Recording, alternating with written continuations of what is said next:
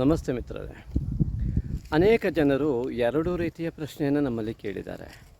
ಏನು ಅಂತಂದರೆ, ಒಂದೇದು ಮಾಂಸಾಹಾರ ತಪ್ಪ ಎಂಬುದಾಗಿ ಒಂದನೇ ಪ್ರಶ್ನೆ ಆದರೆ, ಕೆಲವರು ಇನ್ನು ಪೂಜಾ ಇತ್ಯಾದಿಗಳನ್ನು ಮಾಡಿಕೊಂಡು ಎಷ್ಟು ದಿನ ಮಾಂಸಾಹಾರವನ್ನು ಬಿಡಬೇಕು ಎಂಬುದಾಗಿ ಪ್ರಶ್ನೆಯನ್ನು ಸ್ವಾಭಾವಿಕವಾಗಿ ಮಾಡ್ತಾರೆ.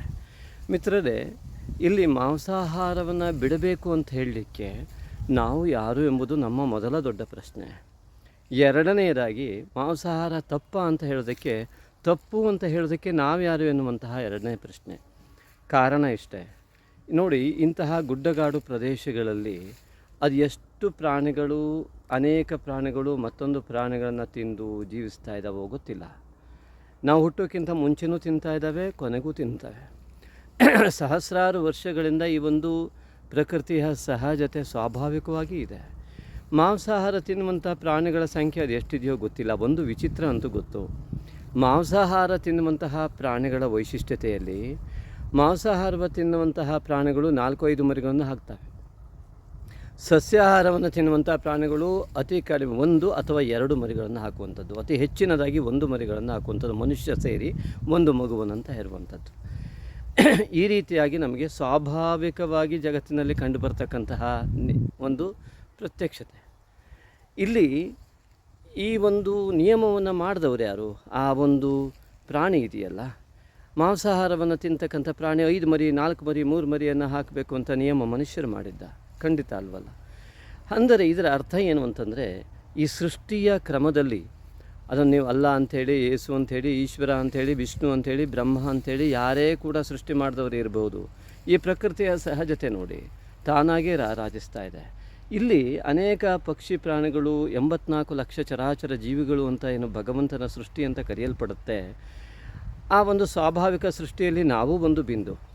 ಹಾಗಾಗಿ ಆ ಭಗವಂತನ ಒಂದು ನಿಯಮ ಎನ್ನುವುದೇನಿದೆ ಅದರ ಪ್ರಕಾರ ಇದು ನಡೀತಾ ಹೋಗ್ತಾ ಇದೆ. ಅದಕ್ಕೆ ಕಾಲವೇ ಅದಕ್ಕೆ ಉತ್ತರವನ್ನು ಕೊಡುತ್ತೆ. ಪ್ರತಿಯೊಂದು ವಿಚಾರಕ್ಕೂ ಕೂಡ ಸ್ವಾಭಾವಿಕವಾಗಿ ಇಂಥದ್ದನ್ನು ನಾವು ಚಿಂತನೆಯನ್ನು ಮಾಡಿದಾಗ ಮಿತ್ರರೇ, ಈ ಮಾಂಸಾಹಾರವನ್ನು ಎಷ್ಟು ದಿನ ಬಿಡಬೇಕು ಅಂತ ಹೇಳೋದಕ್ಕೆ ಮಾಂಸಾಹಾರ ತಿನ್ನಿ ಅಂತ ನಾವು ಹೇಳೇ ಇಲ್ಲ.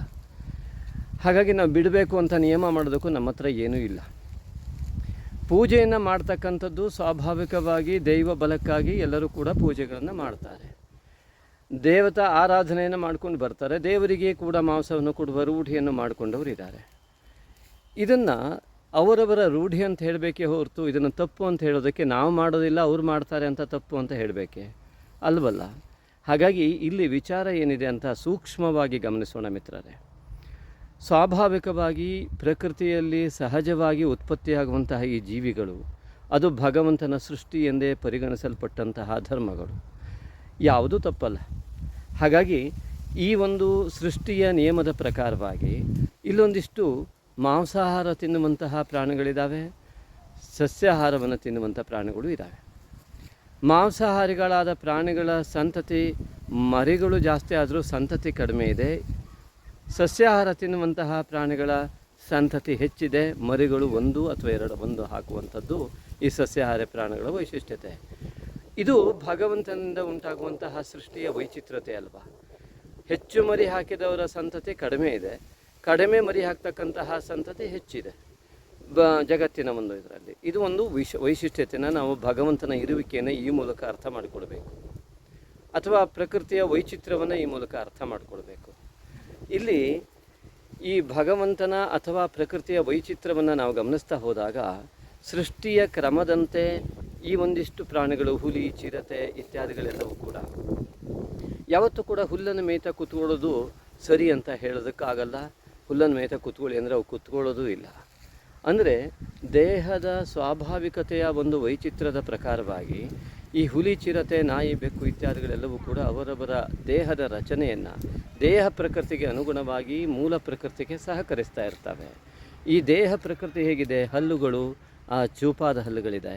ಅದೇ ರೀತಿಯಾಗಿ ಹಲ್ಲುಗಳು ಚೂಪಾಗಿದ್ದು ಕೈ ಪಂಚುಗಳು ಇದ್ದಾವೆ, ಮಾಂಸವನ್ನು ಕಿತ್ತು ತಿನ್ನೋದಕ್ಕೆ, ಪ್ರಾಣಿಯನ್ನು ಬೇಟೆಯಾಡೋದಕ್ಕೆ ಇತ್ಯಾದಿಗಳು. ಕರುಳು ಕೂಡ ತುಂಬ ಉದ್ದವಾಗಿರ್ತದೆ ಅಂತ ವಿಜ್ಞಾನಿಗಳು ಹೇಳ್ತಾರೆ.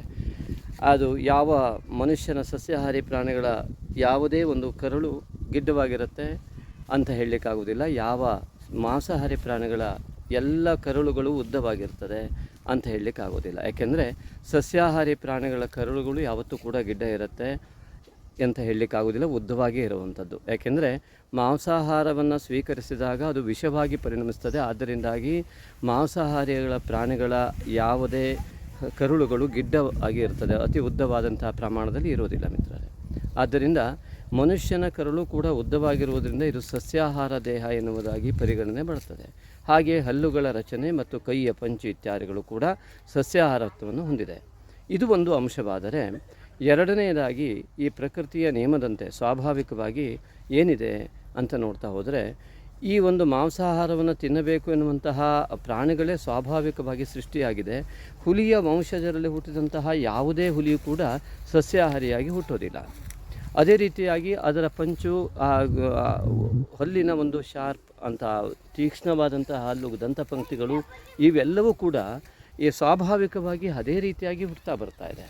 ಅಂದರೆ ಅದನ್ನು ಸಸ್ಯಾಹಾರಿ, ಅದನ್ನು ಹುಲಿ ಮಾಂಸವನ್ನು ತಿನ್ನೋದು ತಪ್ಪು ಅಂತ ಹೇಗೆ ಹೇಳಲಿಕ್ಕೆ ಸಾಧ್ಯ?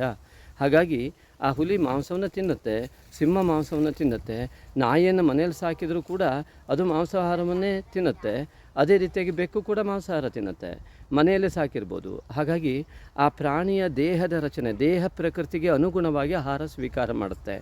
ನೋಡಿ, ನೀರನ್ನು ಕುಡಿಯುವಾಗ ಮಾಂಸಾಹಾರಿ ಪ್ರಾಣಿಗಳು ಲಚ ಲಚ ಲಚ ಅಂತ ನೀರನ್ನು ಕುಡಿಯುತ್ತವೆ. ಆದರೆ ಈ ಸಸ್ಯಾಹಾರಿ ಪ್ರಾಣಿಗಳು ನೀರನ್ನು ಎಳ್ಕೊಳ್ತವೆ. ಆನೆಯಂತಹ ಬೃಹದಾಕಾರದಂತಹ ಸಸ್ಯಾಹಾರಿ ಪ್ರಾಣಿ ಕೂಡ ನೀರನ್ನು ಎಳ್ಕೊಂಡು ಕುಡಿಯುತ್ತೆ. ಹಾಗಾಗಿ ಹಸುವಿನಂಥದ್ದು ಇರ್ಬೋದು, ಅವರ ಕಾಲುಗಳನ್ನು ನೋಡಿ, ಜಿಂಕೆ ಇತ್ಯಾದಿಗಳೆಲ್ಲವೂ ಕೂಡ ಸ್ವಾಭಾವಿಕವಾಗಿ ಪ್ರಕೃತಿ ಸಹಜವಾಗಿ ತಮ್ಮ ತಮ್ಮ ನಿಯಮವನ್ನು ಅನುಸರಿಸಿ ಆಹಾರ ಸೇವನೆ ಮಾಡ್ತಾ ಇದ್ದಾವೆ. ಪ್ರಕೃತಿಯ ಮಧ್ಯದಲ್ಲಿ ಹುಟ್ಟಿದಂಥ ಈ ಮನುಷ್ಯ ಮಾತ್ರ ತನ್ನ ಬುದ್ಧಿಯನ್ನು ಬಳಸಿಕೊಂಡು ತನ್ನ ದೇಹ ಪ್ರಕೃತಿಗೆ ವಿರುದ್ಧವಾದ ಆಹಾರವನ್ನು ತಿನ್ನುತ್ತಾ ಇದ್ದಾನೆ ಅನ್ನೋದು ನಮಗೆ ಕಂಡುಬರುವ ಸತ್ಯ. ನಾವು ಅದನ್ನು ತಪ್ಪು ಅಂತ ಹೇಳ್ತಾ ಇಲ್ಲ. ಆದರೆ ಅವರವರ ದೇಹ ಪ್ರಕೃತಿಗೆ ಅವರೇ ವಿರುದ್ಧವಾದಂಥ ಆಹಾರವಾದ ಸೇವನೆ ಮಾಡುವುದನ್ನು, ಅದನ್ನು ಆಹಾರ ಅಂತ ನಿರ್ಣಯ ಮಾಡಿಕೊಂಡಿರೋದು ಹೇಗೆ? ಇದನ್ನು ನಾವು ಯೋಚನೆ ಮಾಡಬೇಕಾಗಿದೆ. ಆದ್ದರಿಂದ ನಮ್ಮ ದೇಹ ಎನ್ನುವುದು, ಹಲ್ಲು ಎಲ್ಲವೂ ಕೂಡ ಹಸುವಿನಂತೆ ಈ ರೀತಿಯಾಗಿ ಇರುವಂತಹ ದೇಹ ರಚನೆ ಆಗಿದ್ದು, ಈ ದೇಹಕ್ಕೆ ಬೇಕಾದ ಯಾವ ಆಹಾರದಿಂದ ಈ ದೇಹ ಪುಷ್ಟವಾಗಿರ್ತದೆಯೋ ಅದು ಯೋಗ್ಯವಾದಂಥ ಆಹಾರವಾಗ್ತದೆ. ಹಾಗಾಗಿ ಸ್ವಾಭಾವಿಕವಾಗಿ ಮಾಂಸವನ್ನು ತಿನ್ನುವಂಥವರು ವಿಚಾರ ಮಾಡಿಕೊಂಡು ಅವರವರ ರೂಢಿಯಂತೆ ಬೆಳೆಸ್ಕೊಂಡು ಬಂದಿರುವಂಥದ್ದು. ಅವರು ರೂಢಿಯನ್ನು ಮಾಡಿಕೊಂಡಿದ್ದು ತಪ್ಪು ಅಂತ ಹೇಳೋದಕ್ಕೆ, ಅವರು ರೂಢಿ ಯಾಕೆ ಮಾಡಿಕೊಂಡ್ರು ಅನ್ನೋದು ವಿಷಯ ಉಂಟು. ಹಾಗಾಗಿ ಯಾವುದು ತಪ್ಪು ಅಂತ ಹೇಳಲಿಕ್ಕೆ ನಮಗೆ ಯಾವ ಅಧಿಕಾರವೂ ಕೂಡ ಖಂಡಿತವಾಗಿಯೂ ಇಲ್ಲ. ಆದರೆ ವಿಚಾರ ಮಾಡುವಂತಹ ಬುದ್ಧಿ ಎಲ್ಲರಿಗೂ ಇದೆ, ಎಲ್ಲರೂ ಕೂಡ ಮಾಡಿಕೊಳ್ಬೋದು ಇದನ್ನು. ಹಾಗಾಗಿ ನಾವು ಪ್ರಕೃತಿಗೆ ಸಹಜವಾಗಿ ಬದುಕ್ತಾ ಇದ್ದರೆ ನಮ್ಮ ದೇವತಾ ಆರಾಧನೆ ಫಲ ಸಿಗ್ತದೆ.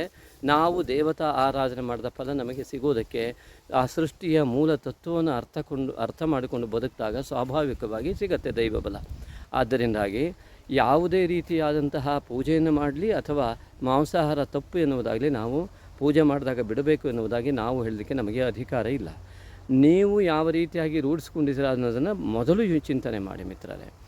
ಮೂಲ ಪ್ರಕೃತಿಯ ರಹಸ್ಯವನ್ನು ಅರ್ಥ ಮಾಡಿಕೊಂಡು ಬದುಕಿದಾಗ ಸಾಮರಸ್ಯತೆ ಎಲ್ಲ ಕಡೆ ಇರ್ತದೆ, ಶಾಂತತೆ ಎಲ್ಲ ಕಡೆ ಇರ್ತದೆ. ಹಾಗಾಗಿ ಸ್ವಾಭಾವಿಕವಾಗಿ ಈ ಒಂದು ಮಾಂಸಾಹಾರದ ಚಿಂತನೆಯಲ್ಲಿ ಅತಿಯಾಗಿ ಚಿಂತನೆ ಮಾಡುವುದು ಏನೂ ಇಲ್ಲ. ಮನುಷ್ಯನ ದೇಹ, ಎಷ್ಟೋ ಜನರು ನೀವು ಮಾಂಸಾಹಾರಿಗಳು ಸಸ್ಯಾಹಾರಿಗಳು ಅಂತ ಕೇಳಿದಾಗ ನಾವು ಮಾಂಸಾಹಾರಿಗಳು ಎಂಬುದಾಗಿ ಉತ್ತರ ಕೊಡ್ತಾರೆ. ನಿಮ್ಮ ದೇಹ ಮಾಂಸಾಹಾರಿನೋ ಅಥವಾ ಸಸ್ಯಾಹಾರಿನೋ ಕೇಳಿದ್ರೆ ಅವಾಗೂ ಕೂಡ ಮಾಂಸಾಹಾರಿ ದೇಹ ಅಂತ ಉತ್ತರ ಕೊಡ್ತಾರೆ. ಆದರೆ ದೇಹದ ರಚನೆಯನ್ನು ಸರಿಯಾಗಿ ಗಮನಿಸಿದಾಗ ಅದು ಇಲ್ಲವೇ ಇಲ್ಲ. ಹೀಗಾಗಿ ಆ ಮೂಲ ಸೃಷ್ಟಿಯ ವಿರುದ್ಧ ಹೋಗ್ತಾ ಇರ್ತಕ್ಕಂಥ ಸತ್ಯ ಗೊತ್ತಾಗ್ತದೆ ನಮಗೆ. ಆದ್ದರಿಂದ ಮೂಲ ಸೃಷ್ಟಿಗೆ ಅಥವಾ ನಮ್ಮ ದೇಹ ಪ್ರಕೃತಿಗೆ ಅನುಗುಣವಾಗಿ ನಾವು ಆಹಾರ ತೆಗೆದುಕೊಳ್ಳುವುದು ನಮ್ಮ ಬುದ್ಧಿವಂತಿಕೆ ಅಥವಾ ನಮ್ಮ ಸಂಸ್ಕಾರ ಕರ್ಮ ಅಂತ ಹೇಳ್ಬೋದಷ್ಟೇ. ಆದ್ದರಿಂದಾಗಿ ಯಾವುದೇ ರೀತಿಯಾದಂತಹ ಮಾಂಸಾಹಾರ ಸೇವನೆಯನ್ನು ಮಾಡುವಾಗ ಒಮ್ಮೆ ಯೋಚಿಸಿ, ನಾವು ಭಗವಂತನನ್ನು ನಂಬ್ತಾ ಇದ್ದರೆ ಅದು ಅಲ್ಲ ಇರ್ಬೋದು, ಯೇಸು ಇರ್ಬೋದು, ಯಾವುದೇ ದೇವರು ಇರ್ಬೋದು, ನೀವು ತಿಳ್ಕೊಂಡಂಥ ಯಾವ ಬ್ರಹ್ಮ ಇರ್ಬೋದು.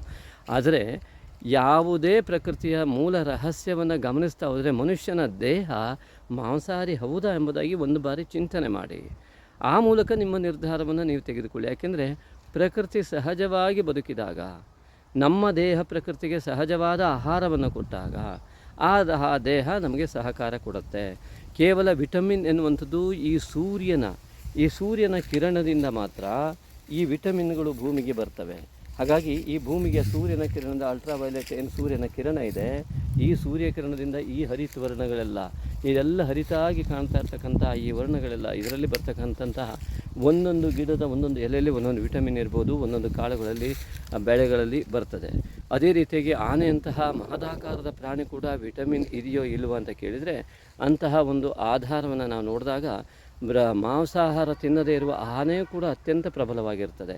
ಆದ್ದರಿಂದ ದೇಹದ ಶಕ್ತಿ ಎನ್ನುವುದು ನಾವು ತಿನ್ನುವಂತಹ ಮನುಷ್ಯನ ಸ್ವಾಭಾವಿಕದ ದೇಹದ ಆಹಾರದ ಮೇಲೆ ಅವಲಂಬಿತವಾಗಿದೆಯೇ ಹೊರತು ಇನ್ಯಾವುದೇ ರೀತಿಯಾದಂತಹ ತಿನ್ನುವ ಆಹಾರದಲ್ಲಿ ವಿಟಮಿನ್ನನ್ನೇ ನೇರವಾಗಿ ತೆಗೆದುಕೊಂಡರೂ ಕೂಡ ಆ ದೇಹಕ್ಕೆ ಪಚನ ಮಾಡಿಕೊಂಡು ಅದನ್ನು ಸ್ವೀಕರಿಸುವ ಶಕ್ತಿ ಇರಬೇಕಾಗ್ತದೆ. ಆದ್ದರಿಂದ ಸರಿಯಾದಂತಹ ದೇಹ ಪ್ರಕೃತಿಗೆ ಸರಿಯಾದಂಥ ಆಹಾರವನ್ನು ಸ್ವೀಕರಿಸುವುದು ಮಾತ್ರ ಖಂಡಿತವಾದಂತಹ ಆಹಾರ ಪದ್ಧತಿ ಅಂತ ಹೇಳ್ಬೋದು. ಹಾಗಾಗಿ ಮಿತ್ರರೇ, ಆಹಾರವನ್ನು ಸೇವಿಸುವಾಗ ಈ ರೀತಿಯಾದ ಚಿಂತನೆಯನ್ನು ಮಾಡಿಕೊಂಡು ತಾವುಗಳು ಆಹಾರವನ್ನು ಸೇವನೆ ಮಾಡೋದು ಒಳ್ಳೆಯದು. ಹಾಗಾಗಿ ಇಂತಹ ಪ್ರಶ್ನೆಗಳಿಗೆ ಉತ್ತರ ಎಲ್ಲವೂ ಇಲ್ಲಿ ಸಿಕ್ಕಿದೆ ಅಂತ ನಾನು ಭಾವಿಸ್ತೇನೆ. ಧನ್ಯವಾದಗಳು ಮಿತ್ರರೇ.